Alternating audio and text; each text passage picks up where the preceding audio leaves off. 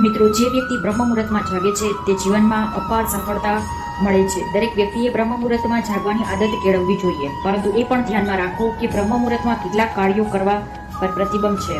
બ્રહ્મ મુહૂર્ત ભગવાનની પૂજા માટે શ્રેષ્ઠ માનવામાં આવે છે. આવો જાણીએ કે બ્રહ્મ મુહૂર્તમાં કયા કયા કાર્યો કરવા જોઈએ. બ્રહ્મ મુહૂર્તમાં બ્રહ્મનો અર્થ થાય છે ભગવાન, તેથી બ્રહ્મ મુહૂર્તનો અર્થ થાય છે ઈશ્વરનો સમય. સવારે 4 થી 5:30 સુધીના સમયે બ્રહ્મ મુહૂર્ત કહેવામાં આવે છે. ધાર્મિક માન્યતાઓ અનુસાર આ શુભ સમય છે. જે ભક્ત જાગે છે તેના પર દેવી લક્ષ્મીની કૃપા હંમેશા રહે છે. બ્રહ્મ મુહૂર્ત દરમિયાન વ્યક્તિએ પોતાનું મન સંપૂર્ણ શાંત રાખવું જોઈએ અને ભગવાનનું ધ્યાન કરવું જોઈએ.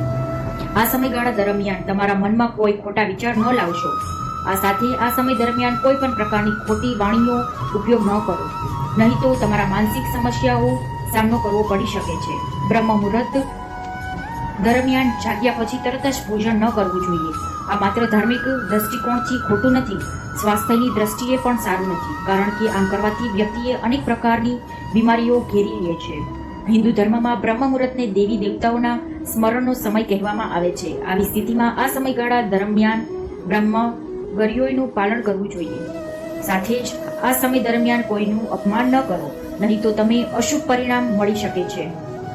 શાસ્ત્રોમાં જણાવ્યા અનુસાર બ્રહ્મ મુહૂર્ત એ સમય હોય છે જેમાં ભગવાન ધરતી પર આવે છે અને તે સમયે તમામ ધાર્મિક સ્થળોના પટ ખોલી દે છે. બ્રહ્મ મુહૂર્તના ઊંડાણ વ્યક્તિ પૃષ્ઠ સ્વસ્થ, બળવાન, ખુશી અને દિવ્યોદન બને છે. બ્રહ્મ મુહૂર્તમાં